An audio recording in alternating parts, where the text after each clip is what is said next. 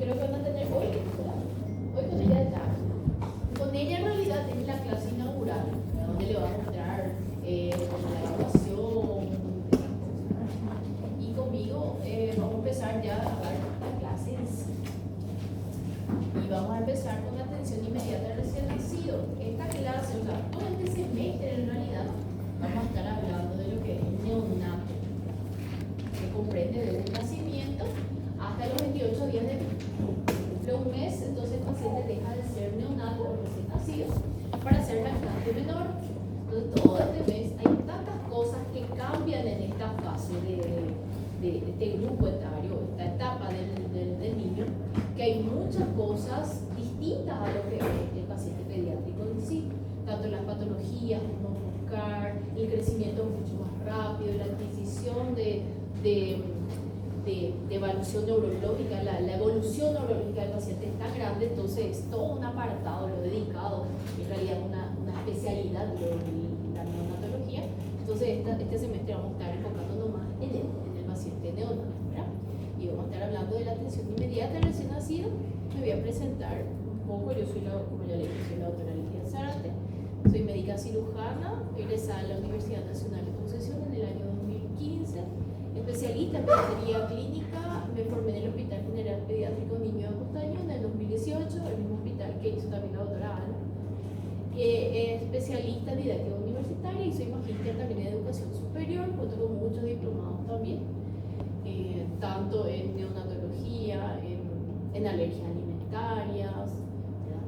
Uno nunca deja de estudiar cuando uno se recibe. Y bueno, esto es lo que le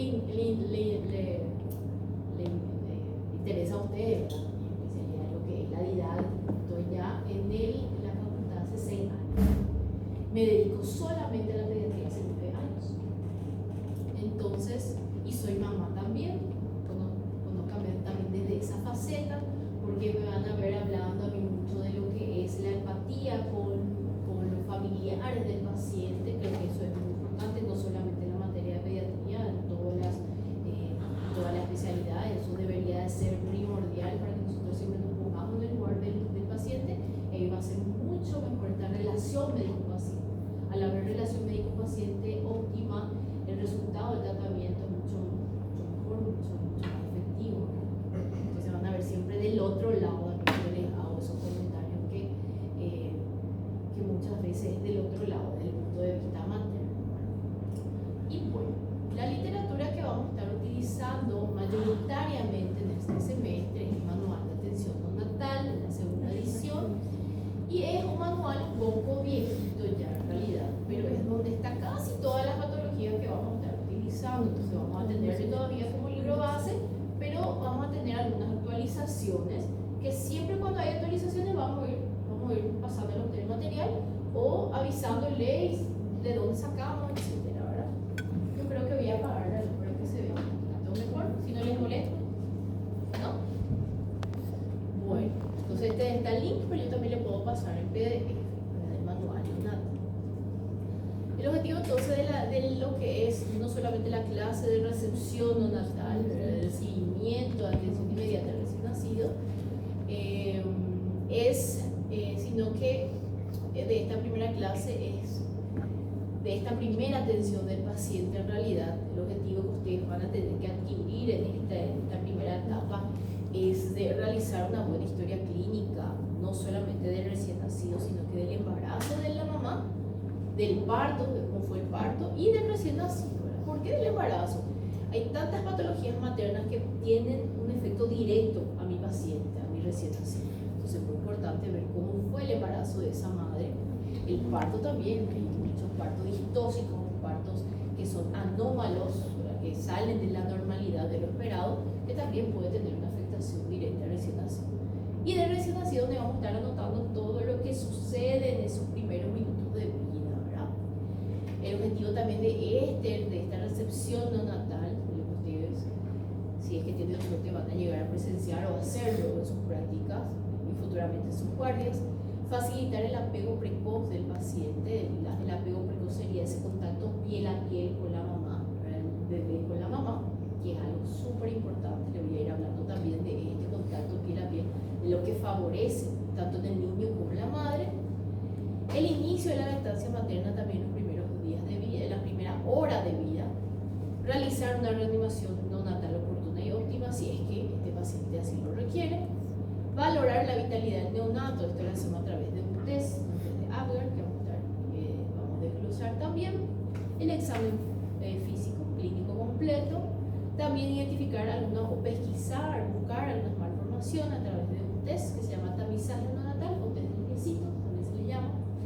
Identificar correctamente al recién nacido, hacer el diagnóstico del recién nacido, te van a ver más con la doctora Alma cómo se hace el diagnóstico en sí.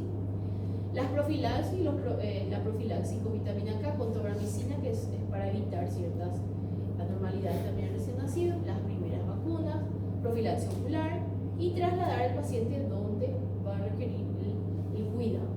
En este caso, hoy vamos a estar hablando de atención inmediata al recién nacido saludable o sano, ¿verdad?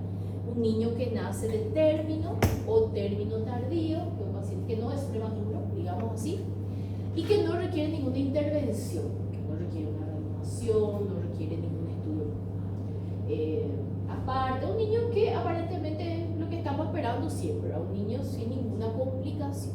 Es súper importante que sepan todo lo que es lo normal para detectar lo anormal cuando sí se lo presenta.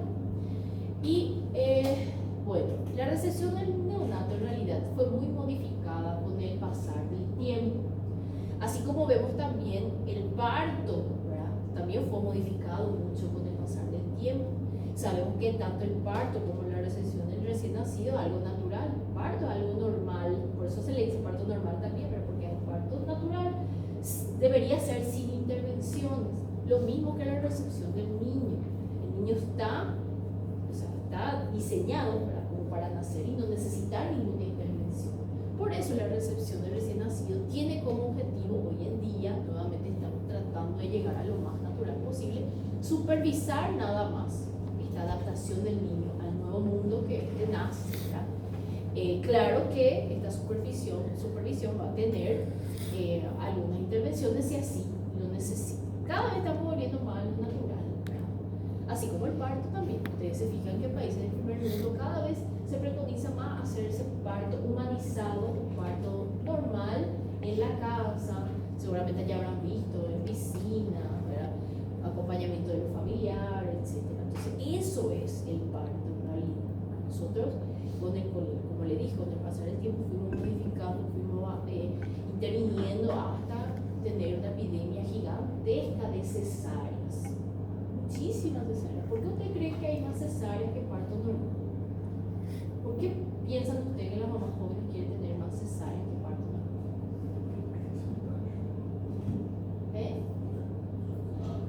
Por el sufrimiento, por el dolor, puede ser. ¿Qué más? Por miedo entonces a que pueda complicarse un parto normal. Claro que sí, eso suele ser lo primero.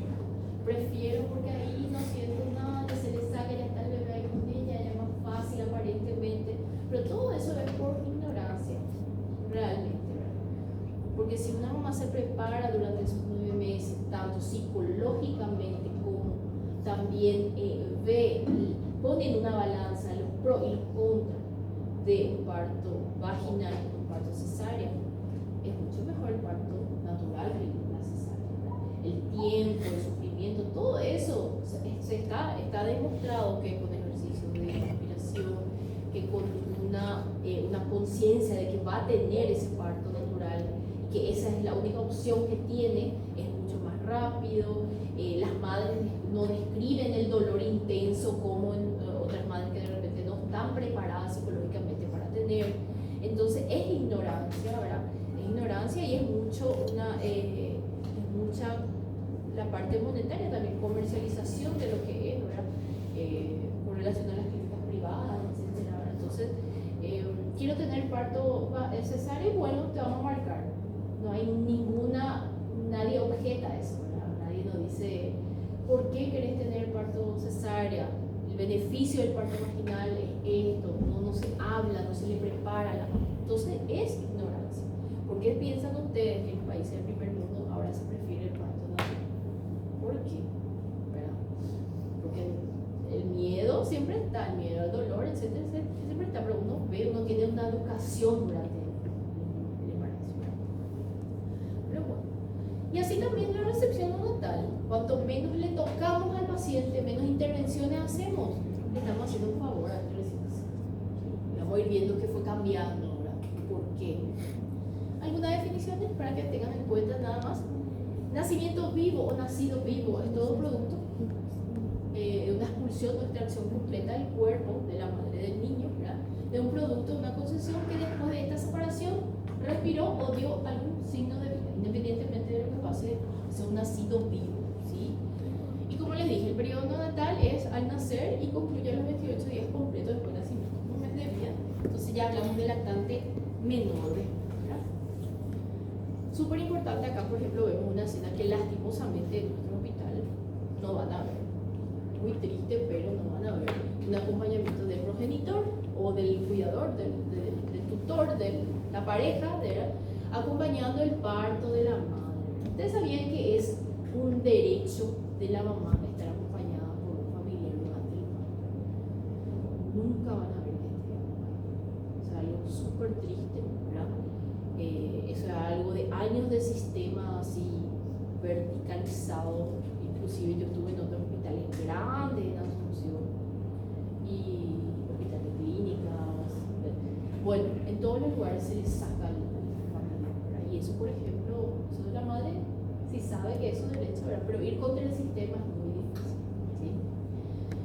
Entonces tiene que tener, o sea, tiene ese derecho de estar la mamá, ¿verdad? En cambio, van a ver acá que la mamá está solita y están ustedes 10 médicos, 10 estudiantes, más 10 internos de gineco, internos de llenos de no hay un familiar. Es muy triste, pero es así. Entonces, bueno, el bebé tiene que permanecer con la mamá siempre y cuando sea posible. Eso es lo primero. Este apego precoz o contacto piel con piel con la mamá le va a facilitar al niño adaptarse al nuevo medio. Regula muchísimas cosas este contacto con la mamá. Y lo principal, que es lo que nosotros queremos, es la lactancia materna en la primera hora de vida. Hay estudios que demuestran, o sea, estadísticamente podemos ver que niños que tuvieron la lactancia en la primera hora de vida reciben mucho más, o sea, tienen menos riesgo de muerte súbita, de patologías, tanto respiratorias como metabólicas. Entonces, y también hay mayor éxito en la lactancia materna si es que este niño tiene esa lactancia en esa primera hora, ¿sí? El mayor éxito. Entonces, el separarle a la mamá es algo que hoy en día no se debe hacer ni siquiera en partos que terminan con cesárea. Hoy en día se habla con el equipo y se trata de hacer una cesárea más humanizada, ¿sí? Se le retira al niño y enseguida ya se le pone en contacto piel con piel, de piel a piel con la mamá, siempre cuando sea posible, como les digo, siempre y cuando la mamá esté estable, el bebé esté estable, ¿verdad? Bueno, y antes que nazca el niño, después de hacer toda la historia clínica, ¿verdad? De poder hacer una reunión con el equipo y determinar si este es un niño de riesgo o no es de riesgo, ¿verdad? Tenemos que preparar la sala también. Es muy importante ver esto de la temperatura, porque imagínense ustedes, el bebé está dentro del líquido amniótico, dentro del vientre materno, calentito y sale en un ambiente con una temperatura de 16 del aire, ¿verdad? Entonces este choque de temperatura le va a llevar al niño a no adaptarse y a empezar a presentar dificultad respiratoria, taquicardia o bradicardia inclusive, ¿verdad? Una alteración bastante importante que puede llevar a que yo le reanime inclusive al paciente, algo que yo puedo provocar. Entonces la temperatura, mantener al niño calentito es súper importante. Entonces tenemos una temperatura sala de parto de 26-28, lo ideal, ¿sí? La preparación de todos los elementos básicos para una reanimación. Por más que yo ya hice mi reunión con el equipo, ya vimos que un paciente de término, mamá saludable, líquido amniótico claro, está todo aparentemente como yo espero, pero uno nunca sabe realmente lo que puede ocurrir. Puede ser un cardiópata, puede ser un paciente, no sé, puede ocurrir cualquier alteración en su adaptación al nacimiento. Entonces siempre debo de preparar todos los elementos para una reanimación, todos. Y recibir mínimamente de 2 personas entrenadas si es que el niño no tiene riesgo. Ahora, si yo identifique ya un paciente que probablemente va a tener una reanimación o cualquier procedimiento, se sabe ya que va a ser un niño que va a requerir algún procedimiento, alguna intervención. Entonces nuestra guía actual del NALS 2023 nos dice 4 personas por cada paciente. 4 personas que no solamente tienen que saber recibir, tienen que saber reanimar al paciente, ¿sí? Según el NALS, la guía de soporte neonatal avanzado. Nace entonces el niño, se le coloca sobre el vientre materno, esto es algo súper importante, ¿verdad? Como les dije, y luego secarlo con una toalla o compresa limpia. Mínimamente de 2 a 3 compresas nosotros necesitamos. Esas compresas solemos colocar debajo de una cervocuna o una cuna radiante también se llama. Cuando ustedes van a sus prácticas, pídanle a su docente que le meta dentro de sala de parto, por eso tienen que ir siempre preparado como para entrar ahí, para que les muestre un poquitito cómo es el ambiente que tiene ahí, ¿verdad? Porque por más que nuestro hospital no sea, ¿verdad?, tenemos todo lo que necesitamos para recibir a un paciente. Y está la cervocuna. La cervocuna es una cunita, un verso, ¿verdad?, un poquitito alto, donde yo puedo realizar maniobras al paciente en una posición más adecuada, y tiene una torre de fuente de calor, donde yo puedo regular la temperatura. Inclusive tiene un sensor que yo le puedo colocar al paciente y me muestra la temperatura del niño y la temperatura de la mamá. Entonces generalmente solemos calentar ahí la toallita o la compresa para que yo pueda recibir al paciente. Una vez que esté sobre el vientre materno, si esa compresa o toalla se humedece, se moja mucho, eso se puede cambiar, siempre tratando de mantener el calor del paciente, ¿verdad? Entonces remover la toalla mojada, nuevamente cubrir con una seca al paciente. En ese momento yo le puedo hacer un secado, que también se le dice secado vigoroso o estimulación táctil al paciente, ¿sí?, que es simplemente un secado. Le estamos friccionando la espaldita, la cabecita, le secamos, muy importante, la cabeza, porque la cabeza es una gran superficie con relación al cuerpo. Ustedes se fijan que el bebé tiene una cabeza mucho más grande, o sea, la proporción es más grande con relación al cuerpo que nosotros, ¿verdad? Ustedes se fijan eso. Entonces es una gran superficie que de repente al cubrirle con la compresa no voy a estar cubriendo. Entonces es importante secarle bien la cabeza y enseguida colocarle un gorrito de algodón, ¿sí? Bueno, y se le coloca al paciente sobre el vientre materno. El niño tiene lo que se llama un tosebáceo.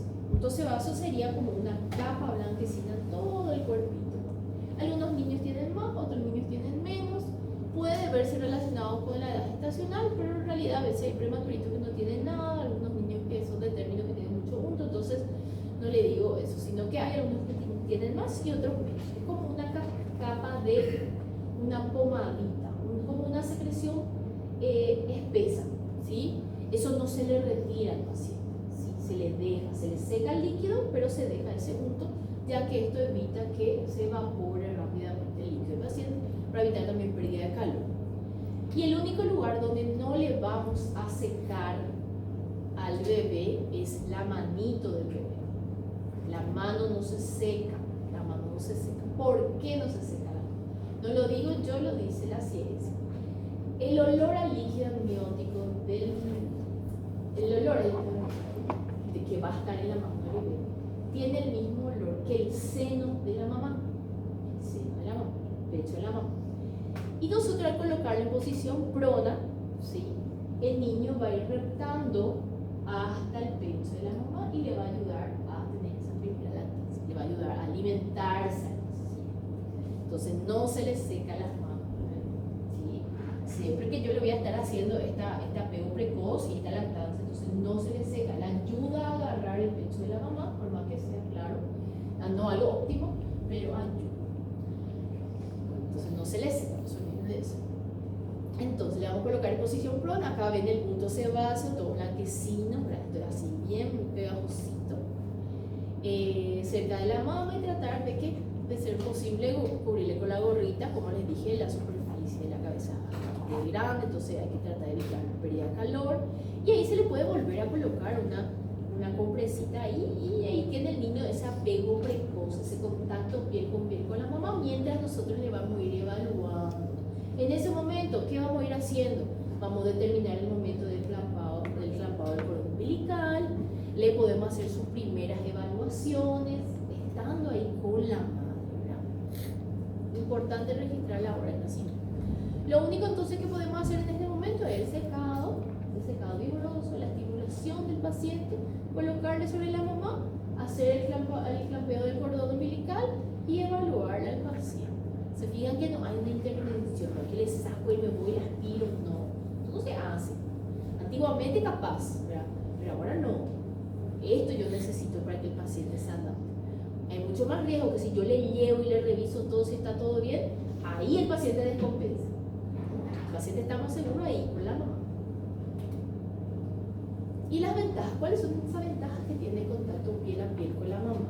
Uno facilita ese apego precoz. Ese apego precoz es tan importante para evitar la tristeza o depresión postparto. Es muy importante eso para la mamá. Facilita también la instalación temprana y éxito de la lactancia materna. Si está en contacto piel con piel, el niño ya va a ir saliveando, ya va a ir oliendo el olor al seno materno, ya va a estar cerca del pecho materno, ya va a mamar, ¿sí? Ya va a recibir el calostro, que es esa primera leche. Tranquiliza a la mamá. Imagínense, nace el bebé y se le lleva acá, pobrecito. Y la mamá, ¿y qué pasó? Mi hijo lloró. ¿Cómo está? La mamá se va a alterar, el niño también se va a alterar. Entonces, estar ahí en contacto piel con piel le va a tranquilizar a la mamá, le va a regular a este paciente. Ayuda a estabilizar la frecuencia cardíaca del niño y respiratoria también del niño, ¿sí? Ayuda a mantener la temperatura por ese contacto piel a piel con la mamá que le otorga el calor. Ayuda a la adaptación metabólica y la estabilización de la glicemia. ¿Cómo? Por esa primera lactancia que tiene, ¿verdad? Ayuda a la estabilización de la glicemia del paciente. Y algo súper importante también, el niño nace estéril, ¿verdad? La piel no tiene microbiota, nada todo. Entonces, ese contacto con la mamá, esa succión del seno materno, permite la colonización, no solamente del intestino, de la piel del niño también, con las bacterias normales que tiene la mamá. Porque es distinto si yo, personal de salud, que soy multiresistente, seguramente KPC, todo, o a usted todo le va a tocar. Entonces le agarro y le tengo ahí conmigo. Entonces yo le voy a estar pasando mi flora bacteriana a ese paciente recién nacido que está estéril. Entonces es un riesgo. Hay que tratar siempre de que sea la mamá la primera que le cargue piel con piel, ¿verdad? Para esa colonización de bacterias, ¿verdad? También esta ventaja, ¿verdad? El contacto piel reduce el llanto del niño, el estrés del niño y el gasto energético del niño. Y la cesárea, como le dije, no es indicación de llevarle de separación de la mamá. Podemos hablar con el equipo previamente y solicitarle, ¿verdad? Que queremos hacer ese contacto piel con piel. Capaz no sea una hora, porque de repente inclusive la cesárea inclusive ya termine dentro de ese momento.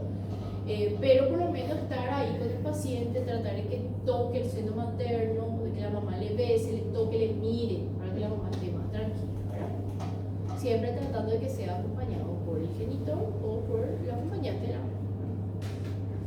Muy importante. Y en caso de que la madre o vaya a terapia intensiva o no esté hemodinámicamente estable o haya un rechazo, porque suele ocurrir también, ¿verdad? A veces hay rechazo. Entonces se hace el contacto piel con piel con el genitor o con algún familiar cercano, ¿sí? Se puede hacer. Claro que no va a ser de inmediato y la lactancia, todo eso, pero una vez que se le hace todos los cuidados, el primer cuidado ya se le puede colocar piel con el padre, por ejemplo, ¿verdad? O con el abuelo, con la abuela, con lo que esté. Bueno, cuando está ahí sobre el vientre materno y está haciendo el contacto piel con piel, es importante saber en qué momento se va a ligar ese cordón umbilical, ¿verdad? En el libro de ustedes, en el manual, van a leer que dice clampeo oportuno de cordón. El clampeo oportuno de cordón es un término que se utiliza mucho para decir el momento ideal, oportuno, ¿verdad? Que en el libro de ustedes, como le dije, dice que tiene que ser cuando deja de latir el cordón, ¿sí? Hoy en día no hablamos de cuando deja de latir, sino que ya hablamos de tiempo, ¿sí? Se ha comprobado que en los pacientes prematuros ya es suficiente un 30 segundos de pasaje de sangre del placento fetal, ¿sí? Y en pacientes de término, porque son más estables, ¿sí? Se espera 1 minuto, ¿sí? A veces no deja de latir totalmente, a veces sí, pero se mantiene ese tiempo. 30 segundos, perdón, pretérmino, 1 minuto paciente de término. Con eso es suficiente, ¿sí? ¿Y qué yo voy a evitar o qué pasa cuando hay ese pasaje de placento fetal o materno fetal? En los pretérminos se comprobó que disminuye la posibilidad de requerir transfusiones de la persona, mejora la supervivencia de ese pretérmino.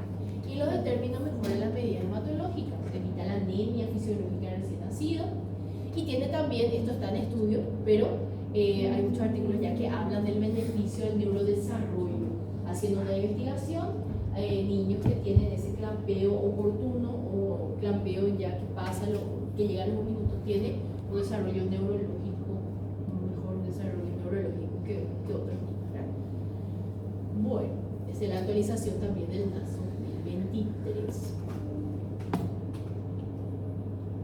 Bueno, una vez que hay esa sección del cordón umbilical, cuando ya le estoy haciendo sus controles, ya le estoy haciendo el examen físico, no, porque queda un remanente bastante largo de cordón umbilical una vez que se hace el clampeo y en la sección del cordón umbilical hay un cordón largo todavía que se va con la pinzada.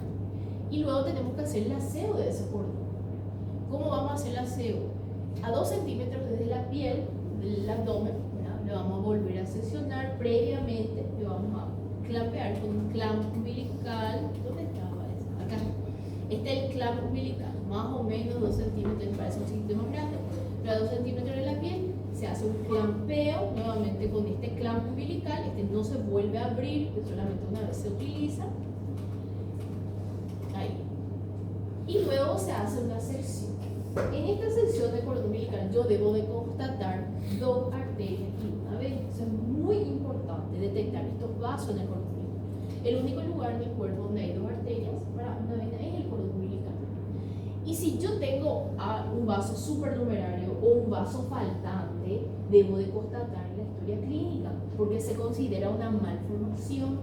A veces el niño nace enterito, completito, todo bien formadito, pero tiene esa alteración del cordón umbilical, ya considera una malformación y debo de buscar otras malformaciones, principalmente vasculares y principalmente a nivel renal, ¿sí?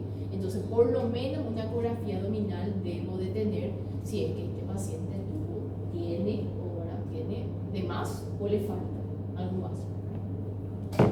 Acá esta imagencita es simplemente para demostrar a los 5 segundos cómo está urgente, cómo hay un cambio todavía de sangre, 30 segundos, 2 minutos, a los 5 minutos ya está finito, ya no hay más pasaje del líquido, de sangre. Bueno, y estas son las estructuras que se podría visualizar. En realidad lo que vemos bien es la vena umbilical. La vena umbilical vemos bien grande y las paredes son finitas y tortuosas. Al palpar se siente como una fina lámina. En cambio las arterias son pequeñitas y tienen las paredes bien gruesas y sobresalen. Cuando uno secciona sobresalen, parecen 2 antenitas. Alantoides no se ve, conductovitelino tampoco. Lo que vemos bien es la gelatina de Wharton, bien grandota. Y esto hay que constatar. Ahí vemos una imagen, no va a identificar bien, pero la vena siempre van a ver más grande. Bueno, y hay algunas situaciones donde tenemos que hacer un clampeo inmediato, por riesgo-beneficio del paciente. En caso de alteración del bienestar fetal, van a leer todavía sufrimiento fetal en su manual, pero ya no se dice sufrimiento fetal, se dice alteración del bienestar fetal. Se sacó este sufrimiento fetal porque es un término que de repente impacta mucho en los familiares, madres, etc.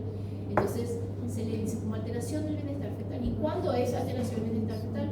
Cuando el niño intraútero todavía o tiene una taquicardia llamativa, una bradicardia llamativa o una disminución de los movimientos.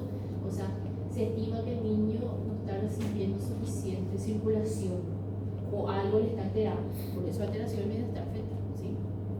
Entonces nosotros ya preparamos para cuando le recibamos al bebé.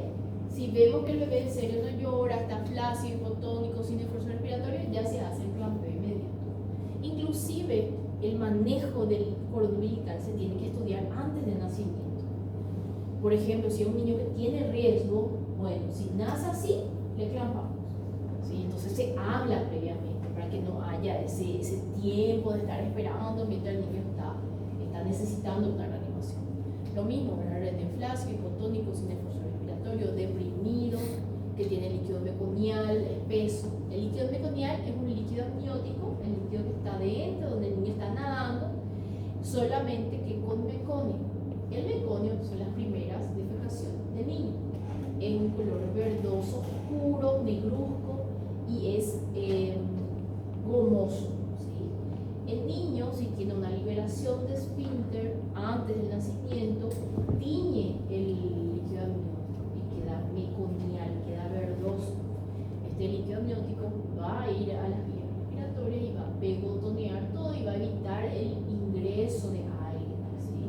Entonces, si vemos un líquido amniótico meconial y el bebé que no está respirando, entonces es un bebé que está sufriendo. Son los bebés que requieren reanimación, así para englobar. Luego, dos casos que no dependen del estado del niño, sino que dependen de un hallazgo previo al nacimiento, que es una madre RH negativa, si el tipo de sangre sea AB, AB, 0, igual que sea RH negativa, tiene que tener un clampeo inmediato. ¿Por qué ocurre eso? En el hipotético caso que el niño sea RH positivo, esta sangre materna va a reconocer a la sangre del niño como algo ajeno a su cuerpo y va a crear anticuerpos. ¿Sí? Eso no sucede con el RH positivo. El RH positivo puede tener, el RH negativo no le va a crear, pero el RH negativo sí va a crear anticuerpos contra el RH positivo. Entonces nace el paciente y en ese momento donde hay ese intercambio, es ahí donde la madre va a crear esos anticuerpos. De repente el primer hijo no hay tanto riesgo, porque la mamá creó, pero no hubo el traspaso de anticuerpos aún. Pero para un siguiente embarazo sí, la mamá ya va a tener anticuerpos contra este RH positivo, y si el niño intraútero es RH positivo, ya la madre va a actuar como, le va a reaccionar a ese niño, inclusive aborto puede tener. Entonces se le hace el clampeo inmediato. ¿Sí? Ahora, el paciente, la madre con VIH positivo también se le hace un clampeo inmediato porque hay menos riesgo de transmisión vertical de esta patología, ¿sí? Con el clampeo inmediato del cordón umbilical. Entonces, estos dos son casos de que ya se puede hablar, independientemente de cómo nazca el niño, se le hace el clampeo inmediato. ¿Y hay riesgo de transfusión en el prematuro? Claro que sí. Hay riesgo también de anemia fisiológica, también, pero esto puede tener como siempre le digo, riesgo-beneficio. Hay más riesgo de complicaciones que la anemia, ¿verdad? Ahí vemos un clampeo con una sección de cordón umbilical. Bueno, y los primeros 90 minutos de vida, ¿verdad? Hay que tratar, como les dije, ¿no? De que el niño no se le separe de la mamá, ¿verdad? Siempre y cuando sea un paciente de término o prematuro tardío, que va en esta semana, que esté vigoroso, que esté llorando, que tenga un buen tono, ¿verdad? Que no tenga riesgo que no tenga algún dato de reanimación. Se le liga el cordón de manera oportuna, lactancia a la primera hora, como ya les dije. Hay que verificar la temperatura a los 15 minutos, lo normal es que esté en 36,5, 37,5. O sea, le vamos a ir controlando en realidad. Eso es lo que nosotros estamos haciendo. Estamos controlando si está todo bien. Las secreciones, muy importante detallar aquí, porque de repente si se ponen a ver videos de recepción neonatal, etcétera, van a ver que se le aspira al paciente en videos más antiguos, ¿verdad? En realidad la aspiración de secreciones no es algo de rutina, no es rutinario. Solamente si visualizo que hay secreciones espesas taponando las vías aéreas del paciente, ahí se le hace una aspiración superficial. Hace unos años, en mi época de estudiante, por ejemplo, aún se hacía la introducción de la sonda nasogástrica y sonda orogástrica, y se le aspiraba todo lo que el paciente tenía y no tenía, ¿sí? Todo se quitaba, líquido gástrico, permeabilidad cubana, permeabilidad anal. Hoy en día se trata de no hacer. Esa aspiración de secreciones profundas puede el mismo nervio que produce bradicardia, nocivoso, etc., va a provocar esta bradicardia en el paciente, y yo puede que el paciente tenga que recibir algún tipo de reanimación. Imagínense que yo le provoque una bradicardia al paciente por aspirado profundo. Entonces se trata de no tocarle, de no invadirle tanto al pulmón, solamente si yo veo que es necesario. ¿Y cómo se la aspira? Se la aspira, no sé si conocen, con la perita de goma. La perita de goma es un artefacto de goma, ¿verdad? Que tiene forma de pera, tiene una boquita pequeña y acá está, más o menos se ve, generalmente rojo luego. Y esta perita de goma simplemente comprimo, coloco y suelto. Es una presión negativa y sale la secreción. Siempre primero la boca y luego la nariz. Si es necesario se le hace un poco más, pero siempre superficial. En estos primeros 90 minutos también lo que lo realizo es el test de Apgar. Vamos a detallar un poquito este. El test de Apgar es para medir la vitalidad del niño, para ver si el niño se está adaptando a su medio, ¿sí? Simplemente para eso. El test de Apgar no determina una reanimación, etcétera, pero determina cómo va yendo el paciente, ¿verdad? Y esto también es muy importante, colocar una pulsera de identificación, ¿verdad? Principalmente en los lugares grandes donde hay nacimiento en cada momento, ¿verdad? Identificarle al paciente con el nombre de la madre, RND, fulanita, ¿verdad? Acá ven lo mínimo que yo necesito preparar para poder recibir al paciente, ¿verdad? Generalmente está todo ahí. Solo que depende mucho de mí, médico de guardia, corroborar que está ahí.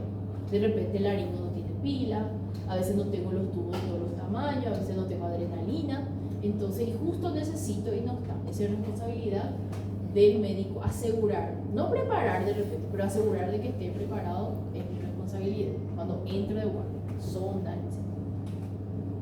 Hay niño con su cordón largo que después le voy a seccionar.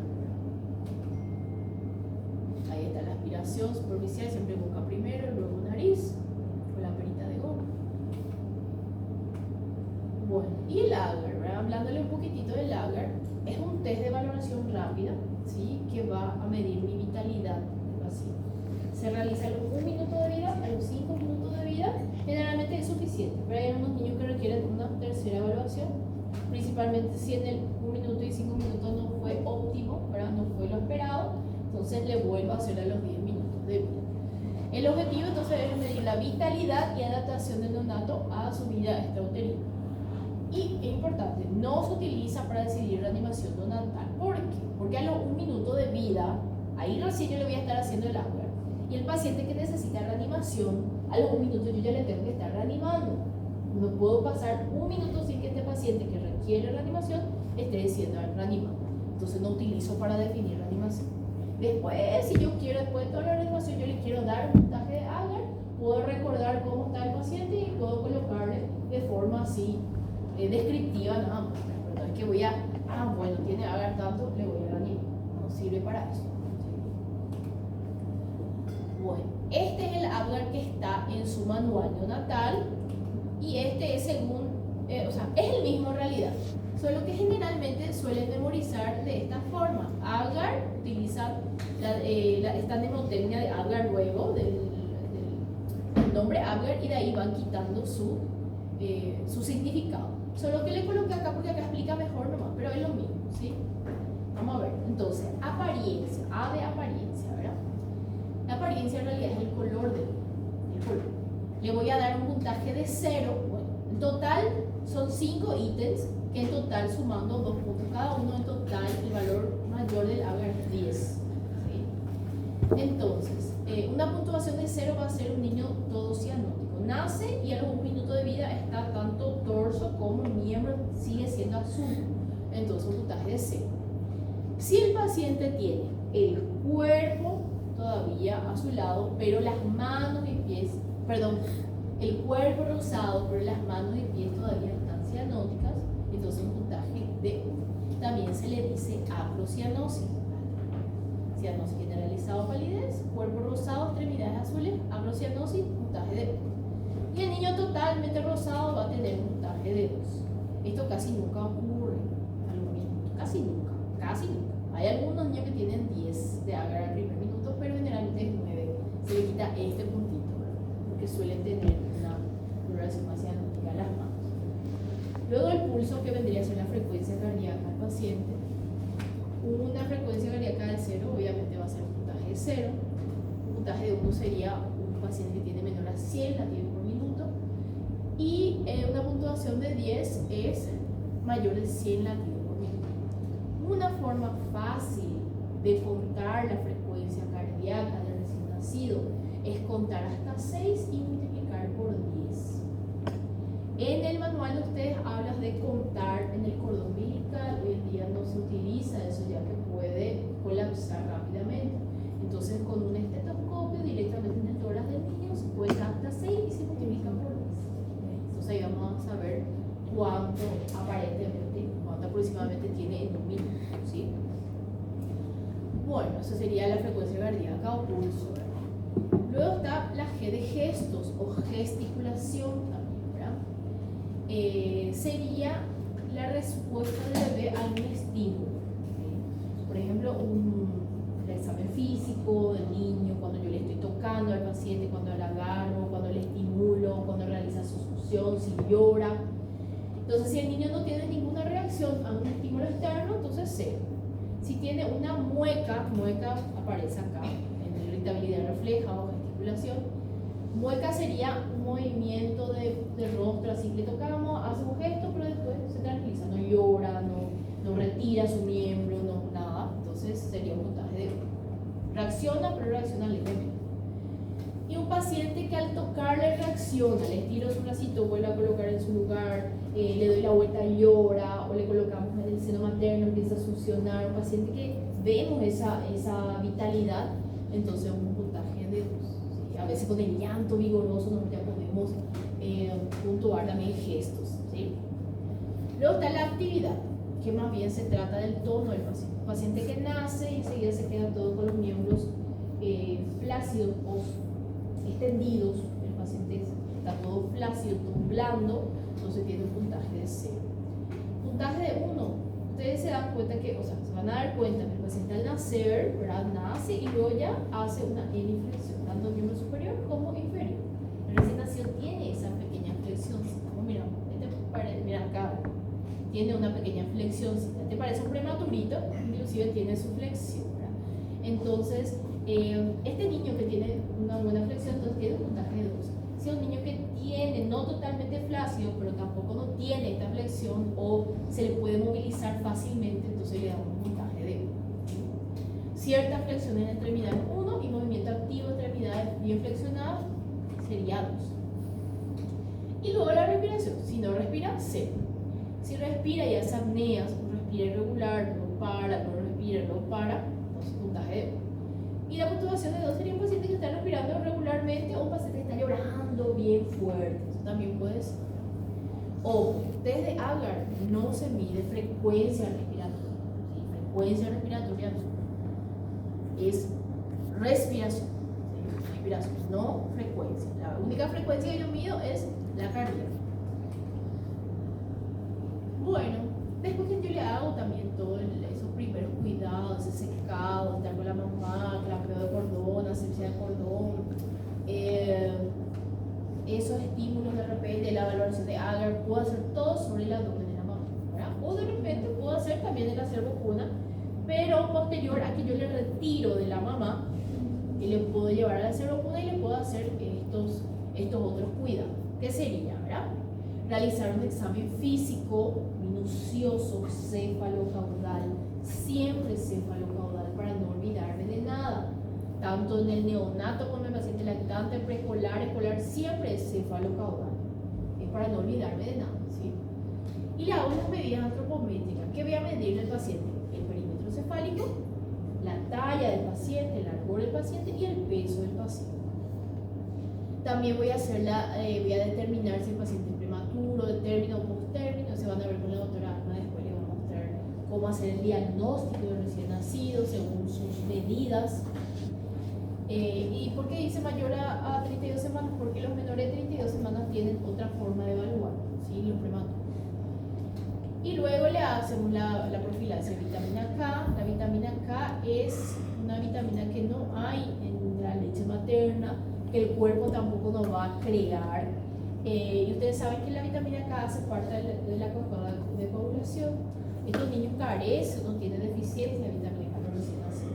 Entonces nosotros le hacemos una profilaxis con vitamina K para evitar sangrado, principalmente de los pacientes preternos que tienen más fragilidad capilar. Entonces se le hace una profilaxis con vitamina K. Todos los pacientes recién nacidos reciben vitamina K como profilaxis para evitar sangrado, principalmente intracraneal, intraventricular. ¿Dónde se hace la vitamina K? Cara anterolateral del músculo izquierdo, ¿sí? Se le hace 1 miligramo y los menores de 1500 gramos de peso, menos de 1,5 kg, se le hace 0,5 miligramos, pero se le coloca también, ¿sí? Esta vitamina K no es vacuna, si no se confunda, no es vacuna, es una medicación profiláctica para evitar sangrado, no es vacuna. Entonces, si yo le pregunto cuál es la primera vacuna, no me diga vitamina K, no es. La vitamina K es una medicación profiláctica. Acá vemos un bebé que se le está moviendo la cabecita, el peso, tiene que ser desnudito, ¿no? Acá le está haciendo ya el examen físico, este que ustedes ven acá, este que parece que se asusta el bebé, un reflejo primitivo que se llama reflejo de Moro. Van a ver también con la doctora después, cuando habla del examen del paciente, Esta es la vitamina K. Decidí colocarle las dos presentaciones.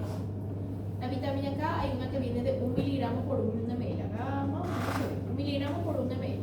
Esto quiere decir que el paciente va a recibir 1 ml, va a recibir una ampollita entera, ¿sí? Y está el que viene de 10 miligramos en cada ml. Entonces esto va a recibir 0,1 ml, ¿sí? ¿Por qué les muestro esto? Porque ustedes deberían de preparar su vitamina K. Ustedes deberían de ver la ampollita que está siendo preparada. En realidad, algo de enfermería que yo llevo mucho también en cuenta, ellos nunca van a administrar una medicación que no fue preparada por ellos mismos. Nosotros deberíamos ser también así de cuidadosos. No podemos administrar una medicación que no sabemos qué es. Hubo un caso una vez de una interna que le aplicó adrenalina intramuscular en vez de vitamina K. El paciente hizo necrosis, hubo toda una demanda de por medio, ¿verdad? Porque uno de repente confía además, y todos nos equivocamos, todos nos equivocamos. Entonces hubo ese problema. Entonces la adrenalina es una medicación que se utiliza mucho en reanimación natal y siempre está, y es igualito a este. Como le veo a la adrenalina, 1 miligramo, 1 ml también, igualito. Entonces puede haber confusión. Entonces siempre cuando van a administrar una medicación, sean ustedes los que vean por lo menos que se está preparando, vean el frasquito. Entonces ahí están las presentaciones de vitamina. Estas sí son las primeras vacunas que se les pone al paciente. La hepatitis B y la BCG, el bacilo de Wilson. La hepatitis B es contra virus de la hepatitis B, ¿verdad? Se demostró que cuanto antes se aplica, primeras horas de vida, hay menor probabilidad de que el niño desarrolle la patología. Entonces, si es que hay en sala de parto, ya le colocamos sala de parto. Se coloca en el mismo lado, solo que contralateral de la vitamina K izquierdo, hepatitis B derecho. En el mismo lugar, tercio medio de la cara anterolateral, muslo derecho. Y este es un valor estándar, 0,5 ml a todos los bebés. Y luego, en los primeros días por lo menos, no hace falta que sea en sala de parto, pero también una de las primeras vacunas es la BCG, ¿verdad? La mayoría tendrá su cicatriz de la BCG en su brazo derecho, ¿verdad? Esta vacuna protege contra formas graves de tuberculosis y siempre que los niños tengan mayor de 2 kilos, se le coloca. Si nació prematuro y tiene menor de 2 kilos, se espera hasta que llegue a los 2 kilos y se le coloca algo así. Estos sí son las dos primeras vacunas, ¿verdad? Bueno, en el examen físico, ¿verdad? Que le hacemos, también es súper importante visualizar la permeabilidad del conducto anal. Como les comentaba, antiguamente se introducía una sonda hasta ver tetilla de meconio, ¿verdad? El meconio es la primera defecación, como les dije, es espesa, negruzca. Y hoy en día no se hace esta invasión al paciente, simplemente se espera a que elimine su meconio, ¿verdad? Se elimina su meconio porque está funcionando todo ahí. Y tenemos tiempo hasta 48 horas para que elimine su meconio. Si no eliminó en estas 48 horas, ahí ya puedo sospechar varias cosas, ¿sí? Uno de ellos que no esté permeable el conducto anal, otros son ciertas patologías, a veces hay un tapón mucoso que está impidiendo, a veces hay una enfermedad de Hirschsprung que es cuando afecta la contracción muscular, el músculo liso del intestino, y paciente tiene estreñimiento, etc. Bueno, no es rutinario pasaje de sonda, orogástrica, nasogástrica ni rectal, nuevamente les digo, no se indica rutina lavado gástrico, ese líquido gástrico que el niño tiene es tan importante para que se produzca este meconio en las 48 horas. Eso ayuda, digiere rápido y ayuda a eliminar ese meconio, no se le retira nada, ¿sí? No se le retira, salvo en algunos eventos, pero acá estamos hablando del paciente sin patología, no se le retira nada, ni si el líquido meconio, no se le retira. Bueno, otra profilaxis también que hacemos, principalmente en los niños que nacen por vía vaginal, es la desinfección ocular. Sabemos que en el canal del parto hay muchas bacterias, ¿verdad? Puede estar colonizada también la mamá con el estreptococo, E. coli, etc. Germen en el canal del parto. Entonces, al nacer el niño se le coloca una gotita de un macrólido, puede ser tobramicina, gotas, o puede ser ungüento también, una cremita de eritromicina. Tobramicina gota o eritromicina ungüento, ¿sí? Uno de los dos, una sola vez. Esto evita las conjuntivitis que podrían estar causadas por gérmenes del parto, ¿sí? En las mamás que nacen por cesárea pero tienen rotura de membranas también se le hace, ¿sí? Bueno, luego comentar un poquito del baño también del recién nacido. Antiguamente se le bañaba todito, los pacientes nacían ya se le bañaba todo, ¿verdad? Hoy en día sabemos que no es necesario, ¿verdad? Salvo que de repente haya una fetidez de líquido amniótico. Esto ocurre en las madres que tienen corioamnionitis, una infección, ¿verdad? De lo que es el útero, el corio en sí. Entonces en ellos es muy fuerte el olor, que esto puede alterar también el contacto con la madre, el niño también, el contacto del niño, todo puede estar afectado por esa fetidez porque es bastante fétido, muy fuerte. Entonces ahí se le puede bañar al paciente. O de repente tenemos lo mismo, la contaminación con materia fecal materna que puede ocurrir, ¿verdad? Y en los hijos de madre diabética, hijos de madre con VIH positivo también se les suele hacer un baño recién nacido. Esto está en discusión, ¿verdad? Pero como no hay nada así muy actual, se le sigue haciendo, ¿sí? Se le baña en los bebés con madre con VIH positivo. Ahí ponemos bellicito bañándose. Qué fofo. Bueno, con relación al examen físico, como le dije, la doctora Alma le va a detallar un poquitito más también, porque habla mucho ella de la parte de los reflejos primitivos, etc. Pero a modo de recordatorio, que es lo más así fundamental que van a ver en un examen físico, traten de practicar también con su docente en práctica. Abajo tenemos los simuladores, tanto la recepción como el examen físico del neonato es muy importante. Verán que vemos en la cabeza del paciente fontanelas. El niño tiene fontanela anterior y posterior. ¿Qué son fontanelas? Son como orificios, pero en realidad son tejido cartilaginoso, no es orificio, no hay un agujero, ¿verdad? Es un tejido cartilaginoso que luego se va a ir osificando. Y esto sirve mucho a la hora de nacer porque el niño tiene fenómenos plásticos. La calota, ¿verdad?, que consta de varios huesos, hacen como se achican, ¿sí?, para pasar a través del canal del parto. Si este niño está totalmente osificado o nace sin fontanela, hay riesgo de fracturas. Entonces es bastante maleable el cráneo del bebé gracias a estas fontanelas que tenemos, ¿verdad? Pero es muy importante detectarlo.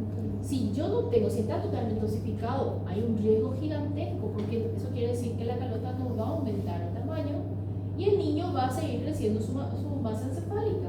¿Y qué va a pasar? Va a haber una compresión en el futuro. Al inicio no, el niño se va a ir desarrollando normal, todo, pero si no se interviene quirúrgicamente esto, el niño va a tener una malformación por compresión y va a tener retraso en desarrollo, puede dejar de hablar, puede ser que haya adquirido un buen desarrollo y después va en retroceso. Entonces esto se ve. Si nace sin fontanela, esto es manejo quirúrgico, no inmediatamente, pero sí un seguimiento, ¿verdad? Y si es muy grande, no hay un síndrome directo que está relacionado a una patología directa que está relacionada, pero cuando es muy grande llama la atención y hay que medir, ¿sí? Hay que medir, y que esto se tiene que ir disminuyendo con el pasar del tiempo. Bueno, aparte de las fontanelas anterior y posterior, que podemos ver en la cabeza, hay algunas lesiones que pueden pasar durante el parto, principalmente si es un parto anómalo, un parto vistoso. alterado, a veces por compresión, por fuerza, ¿verdad? Que son el cefalohematoma y la bolsa serosanguínea o caput sucedáneo, que más adelante, cuando demos traumatismo perinatal, vamos a estar hablando y lo vamos a detallar. ¿Qué son? Cefalohematoma sí se considera patológico, es una extravasación de sangre, ¿sí? Un hematoma.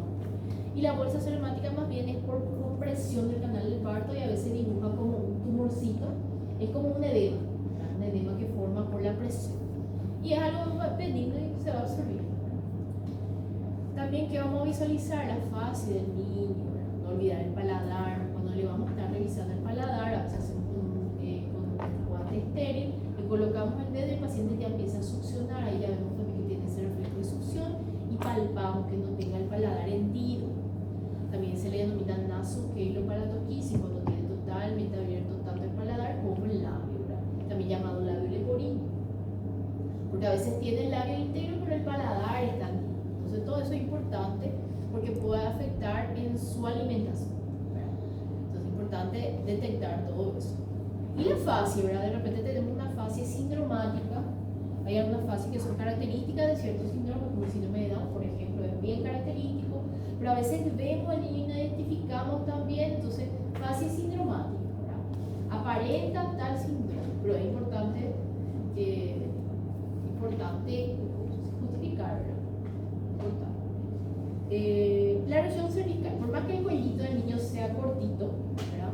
Importante palpar para ver si no hay masas, algún tipo de malformación vascular o ganglios. En el neonato no se deben palpar ganglios. El niño, el recién nacido con ganglios es un niño patológico, hay que buscar por qué tiene ese ganglio palpable, no se deben de palpar. Luego más abajo, fractura de clavícula, que se ven muchos pacientes grandes cuando nace parto vaginal o parto de miembros también se les tira y suelen fracturar la clavícula, hay que constatar. Los mismos miembros superiores, pero aparte de verle todos los reflejos, etc., vamos a ver si tiene alguna deformidad, alguna ausencia de miembro, de deditos, todo eso se tiene que corroborar. El reflejo de Moro, ese movimiento que les comenté, ¿verdad? Que se le agarra de la manito y se le suelta y el paciente tiene un reflejo, parece que quiere agarrarse de algo, un reflejo primitivo también. Más abajo del tórax, ruido cardíaco, ver si tiene soplo, si es una frecuencia rítmica, si es rítmico, ¿verdad? O si tiene arritmias. Respiratorio también, es muy frecuente ocultar al niño y escuchar un murmullo vesicular más húmedo, y eso es por el líquido amniótico que el niño va a ir absorbiendo. Pero es normal ocultarle enseguida, escuchar un poquitito, parece como rales húmedos, ¿verdad? Pero tiene que ir absorbiéndose. Abdomen, aparte del ombligo que ya estuvimos mirando, una parte especial el ombligo en sí, que voy a palpar visceromegalias, no es normal que el niño tenga visceromegalias o tumoraciones, tengo que constatar, tengo que escribir eso. Y luego en cadera, muy importante también, es hacerle una maniobra, que es la maniobra de Barlow y Ortolani. Los traumatólogos dicen que ya no se hace, pero en realidad nosotros seguimos haciendo. Es muy importante que yo detecte la displasia de cadera. ¿Qué es la displasia de cadera? Es cuando la cabeza del fémur no queda del acetábulo, si hay un espacio grande entre la cabeza del fémur y el acetábulo, entonces el niño disloca su cadera, ¿sí? ¿Cómo yo puedo? No es doloroso, ¿sí? No es doloroso para el paciente. Coloco mis dedos medios en la espina ilíaca posterior y con mi pulgar hago un movimiento de rotación externa e interna. Esto tiene que hacerse sin ningún tipo de ruido y de sensación de que sale de su lugar. Uno siente un chasquido, ¿verdad? Uno siente que sale de la zona. Entonces ahí nosotros detectamos, impresiona, displasia de cadera y se hace un seguimiento multidisciplinario, bueno, maniobra de Barlow, despacito, eso no es que le vamos a hacer fuerte, ¿verdad? Despacito, siguiendo el paciente. Si el paciente se endurece, claro, no le vamos a estar forzando porque podemos lastimar. Luego los genitales, ¿verdad? O sea, ustedes saben que cuanto más inmaduro, cuanto más prematuro, menos identificable a veces son los genitales. Entonces en el apartado de la historia clínica está femenino, masculino, indeterminado. No tengan miedo a marcar indeterminado si es un paciente en pretérmino donde en serio no puedo identificar Porque a veces puede haber un micropene que parece un clítoris, a veces no está, los testículos no están en bolsas escrotales y tengo como algo aplanado, ¿verdad? El escroto está aplanado. Entonces, cuanto más prematuro es, más difícil a veces de identificar. Es más fácil, claro, un paciente que está totalmente ya formadito, podemos identificar bien el escroto, el pene, la vulva en sí, con los labios mayores, labios menores, clítoris, ¿verdad? Pero hay un apartado que dice indeterminado, ¿sí? Es mejor marcar ese antes que tener una demanda médico-legal más adelante. Y si hay algo que no, se solicita ecografía, se solicita cariotipo, no hay problema con eso. Una vez que ve, otra cosa, cómo es la característica de los genitales, es importante también que sepan que a veces los testículos no están descendidos. Cuando yo noto una falta de descenso en testículos, tanto uno de los testículos o ambos testículos, se llama criptorquidia, ¿sí? La criptorquidia puede ser unilateral o bilateral, tiene que colocar ahí, porque a veces el testículo queda en el conducto o intraabdominal también. También los varones nacen con una fimosis fisiológica. Fimosis es cuando el prepucio está, digamos que no se retrae, ¿sí? El prepucio no se retrae. Y el niño nace con esa fimosis, está pegado el prepucio por el glande, eso es algo normal, algo fisiológico.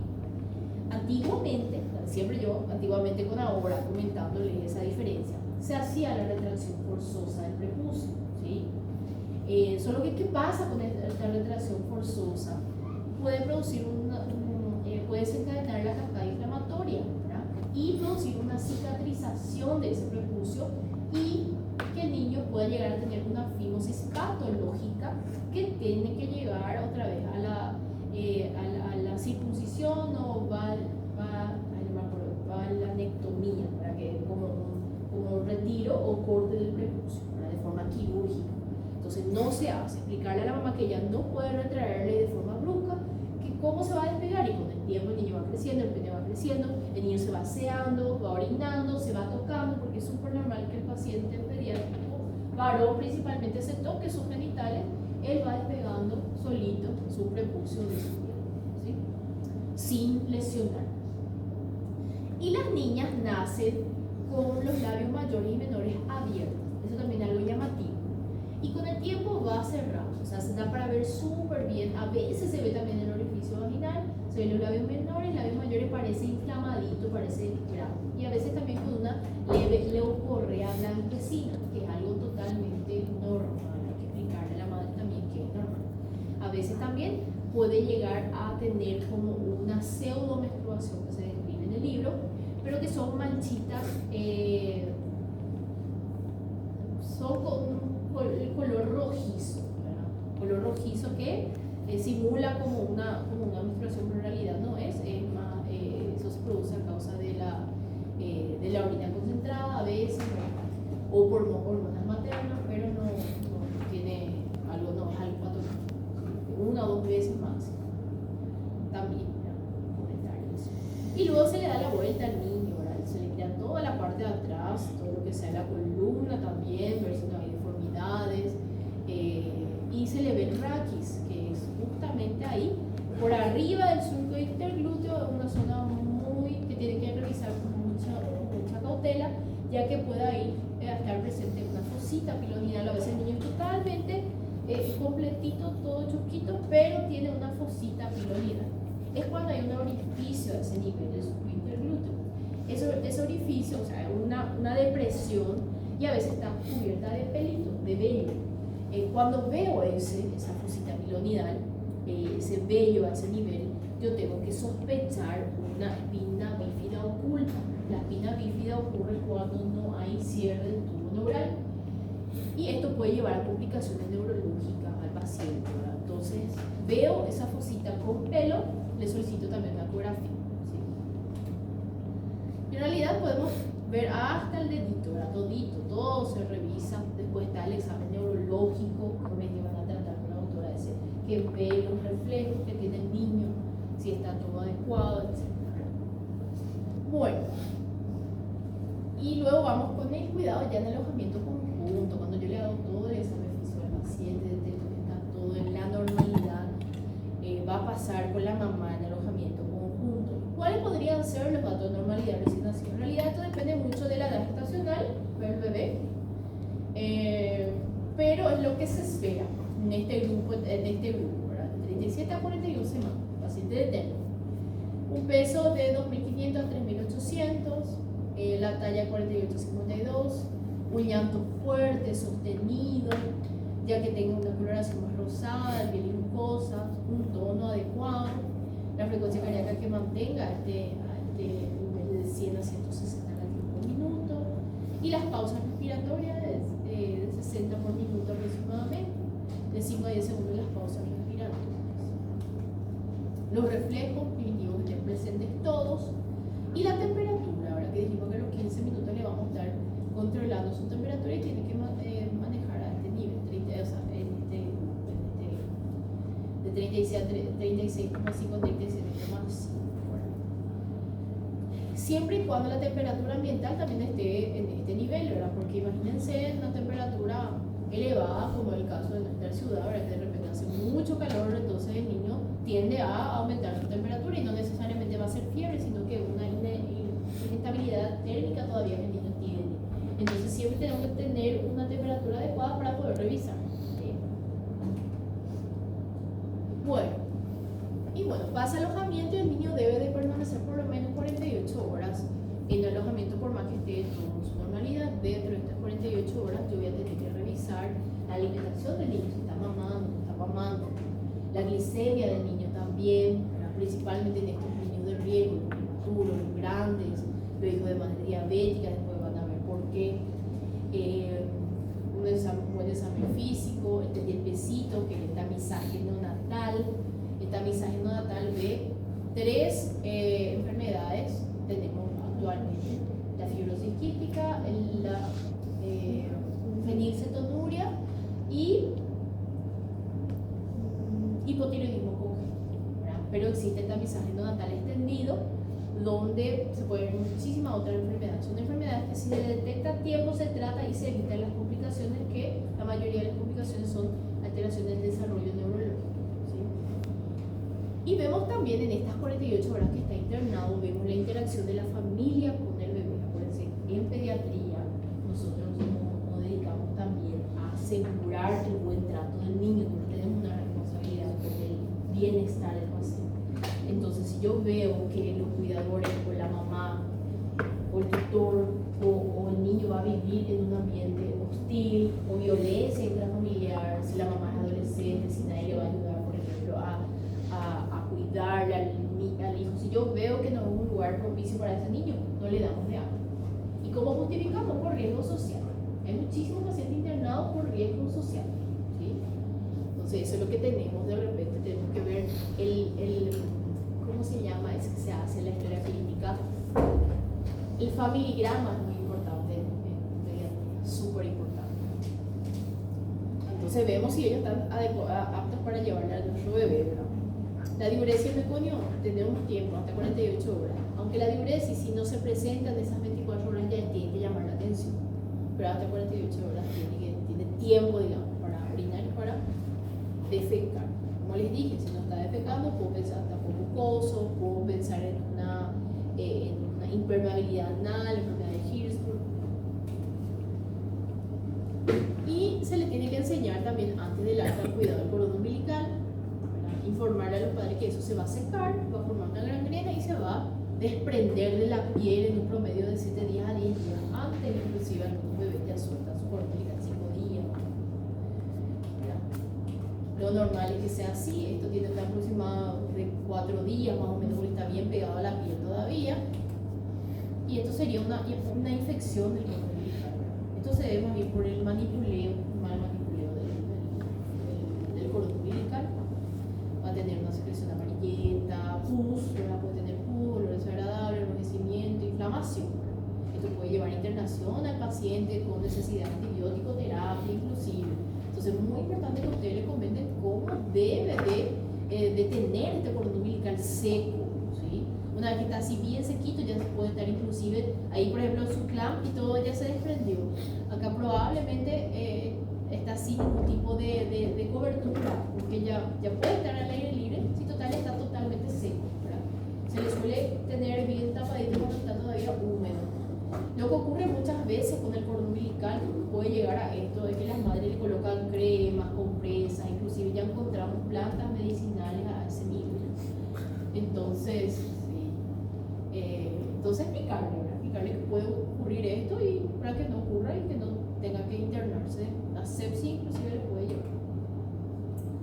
Bueno, y le vamos a dar de alta al niño entonces cuando sea mayor de 15 semanas y tenga todos los demás: regulación de temperatura, hábito fisiológico conservado, una pérdida de peso acorde a los días. El niño, hasta la primera semana, hasta los 10 días de vida en realidad, tiende a tener un descenso de peso, un pequeño descenso de peso con relación al nacimiento. ¿Por qué ocurre eso? Imagínense usted el paciente dentro del abdomen de la mamá solamente recibiendo nutrientes, no haciendo absolutamente nada. El paciente no quema calorías dentro de la panza. Afuera ya tiene que respirar solo, ya tiene que mamar, gasta calorías al succionar, al defecar, al llorar, ¿sí? Y el niño nace más hinchadito y se va como que deshidratando, pierde también líquido a través se evapora también, tiene una pérdida insensible. Entonces es normal que el niño descienda un poquitito de peso en los primeros días, la primera semana en realidad. Hasta un 10.º día podemos hablar de pérdida de peso, pero tenemos un porcentaje de pérdida de peso que tenemos que ir controlando. Si por ejemplo en el primer día de vida ya perdió 5% de peso y mi máximo en esa primera semana, en su primer 10 días de vida, son 10% del peso corporal total, eso quiere decir que al día siguiente va a perder más y más y más, y probablemente va a superar ese 10% de pérdida de peso permitida. Entonces ahí no le voy a mandar de alta, voy a ver qué está pasando, si está mamando bien, si la técnica de lactancia está mal, a veces es necesario complementarle. Entonces es importante esta pérdida de peso acorde a los días. La serología de la mamá tiene que estar actualizada, VIH-BDRL por lo menos, ¿verdad? Lo ideal también sería un hemograma, orina simple, pero por lo menos VIH-BDRL. El test del piecito que les dije, tiene que salir ya con su test del piecito. Tipificación de la madre del neonato, las vacunas, según el libro, según nuestro calendario de vacunación, y tiene que salir registrado también, tiene que ser ciudadano también. Ya. Todos los grandes hospitales tienen su registro civil dentro del hospital. Nosotros tenemos ahí, bien enfrente, cuando usted entra así en el hospital, o sea, antes de entrar, hay una casillita al costado a la derecha, ese registro civil. Bueno, y luego comentarle también a los padres cuándo debe de volver a su control ese bebé. El primer control se hace 48 a 72 horas después del alta, no de vida, del alta, ¿sí? El segundo control, si ya hablamos de días, de 10 a 15 días de vida, 15 días, generalmente 2 semanas de vida. Y el tercero ya es cuando cumple un mes de vida. Y ahí va a ser, cada mes va a venir, hasta un año de edad. Todos los meses debe de venir. ¿Y qué se le hace en todos esos meses? Se le mide su cabeza, su largor, su peso y el desarrollo neurológico, lo que va adquiriendo. Porque es un año, ese primer año es un año de muchísimos cambios, de mucha adquisición, su neurodesarrollo aumenta, su adquisición de coordinación, de lenguaje, todo va aumentando rápidamente. Y si yo identifico de forma precoz, yo puedo identificar cuál es el problema y tratarlo así. Bueno, y en la casa, ¿verdad? Comentarles sobre la alimentación. Yo soy pro lactancia, todas las pediatras somos pro lactancia, ¿verdad? Lastimosamente hay veces que hay que darle una leche de fórmula, ¿verdad? Hay casos, pero siempre hay que tratar de insistir en la leche materna exclusiva, que es a libre demanda. Libre demanda significa cuando quiere el bebé, dónde quiere, cuándo quiere, ¿verdad? Solo que en los primeros días de vida el niño duerme mucho, duerme de 18 a 20 horas por día. Entonces a veces la mamá está durmiendo, no le va a molestar, no le quiere hinchar. Pasa el tiempo y el niño hace una hipoglicemia, ¿sí? Entonces decirle a la mamá libre demanda, pero trata de que no pase 3 horas, 2 horas, 3 horas. El niño ya se despierta a esa hora, ¿verdad? Pero insistirle a la mamá eso, ¿verdad? De repente no está despertando, insistirle, colocarle por lo menos a tu pecho. Y hasta los 6 meses la lactancia materna exclusiva. El baño, primer baño sectorial, por sectores, hasta que el cordón umbilical se suelte, que no se le lava todo lo que es genitales, cabecita, qué sé yo. Y después recién un baño de inmersión, colocándole dentro de la bañerita una vez que el cordón umbilical ya se haya soltado, ¿verdad? Se cae el cordón umbilical. La temperatura también, cuidar mucho, ¿verdad? Y que el jabón tiene que ser neutro, nada de esos jabones que con olor, o chicario bebé y esas cosas. Johnson, no. Entonces tiene que ser un jabón neutro. Aunque hay también de repente las marcas que vienen sin olor, ¿verdad? Sin olor. Trata de que no tenga colorante también, que no sea un jabón con color. Tiene que ser blanquito, transparente o así. todo es importante en esta etapa. Después que pase el mes ya puedo usar todos los olorcitos que no usar talcos ni perfume. Los talcos ni siquiera los pacientes grandes, los talcos ya se dejaron de utilizar, ¿sí? Talcos por el riesgo de aspiración, y también si se le colocan los genitales suele tapar el meato uretral, si hay riesgo de infección urinaria, principalmente en niñas. No se utiliza talcos. Perfumes tampoco, el bebé no necesita perfume. Y la zona de pañal, ¿verdad? Con cada cambio de pañal, agua tibia, algodón. Trata de no usar el pañito húmedo, porque por más que diga que no tiene alcohol, tiene perfume, tiene un montón de cosas. Entonces tratar de no usar. En el manual de usted habla sobre aceite vegetal para colocarle, ¿verdad? Pero hoy en día tenemos las cremitas que tienen óxido de zinc, ácido bórico, tienen unas cremitas de tipo glow, adrevicina, todo eso se le puede colocar de repente si el bebé es todo gordito para evitar las paspaduras, pero generalmente no hace falta porque el bebé recién nacido, como les dije, duerme 18 a 20 horas. La vez que se despierta, defeca, mama, duerme, defeca, mama, duerme. Entonces cada rato se le cambia el pañal, no suele tener una dermatitis del pañal. Entonces dejamos eso para el paciente más grande. El sueño del niño es irregular, como les dije. El hipo es normal, soluzo hipo es normal, no requiere tratamiento, no es porque tiene frío ni nada por el estilo. Hay muchas creencias con relación al hipo. Estornudos también son normales, son reflejos del cuerpo. Movimientos repentinos también son normales. De repente demasiado se asusta a mi hijo, será que tiene parásitos, eso es lo que la mamá dice. Y no, son reflejos primitivos. Claro que siempre hay que hacer un buen examen físico para poder descartar, ¿verdad? Pero son reflejos, ¿verdad? Que son normales. Y poner el ejemplo un link para que puedan mirar una recepción sin patología. A ver, ¿alguna pregunta? Quiero saber quién de ustedes es mamá o papá. ¿Hay mamás y papás? ¿No? No son mamás. ¿De cuántos? ¿Cuántos años tienen? 20. Ah, te olvidaste entonces ya de esto. ¿Alguien más? Aquí son niñitos chiquititos, bebés, niñitos. Entonces ustedes no tienen contacto con niños. Sobrino. Van a tener ahora. Mas eu não troco fralda pra aqui. Las prácticas.